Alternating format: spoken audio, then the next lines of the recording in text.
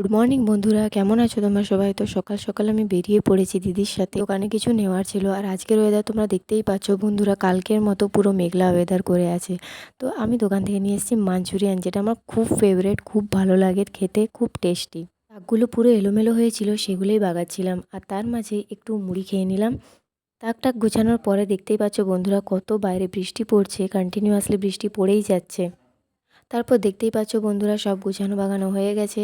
And তারপরে আমি fresh হলাম। ফ্রেশ হয়ে পর দিদি দেখছি ডিম ভাজছে খাবার খাওয়ার জন্য। খাওয়া দাওয়ার পর দেখি বৃষ্টি কমে গেছে প্রায়। একটু টিভি দেখলাম বন্ধুরা। টিভি দেখার পর দেখি মা গোটা ধনে ভাজছে। তো আজ আমাদের বাড়িতে একটা স্পেশাল মেনু হবে রাত্রেবেলায়।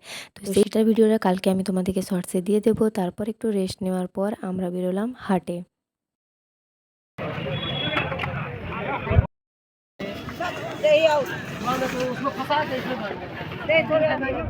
তো বন্ধুরা, সবজি নেওয়া হয়ে গেছে, এরপর চললাম কোয়ার্টার।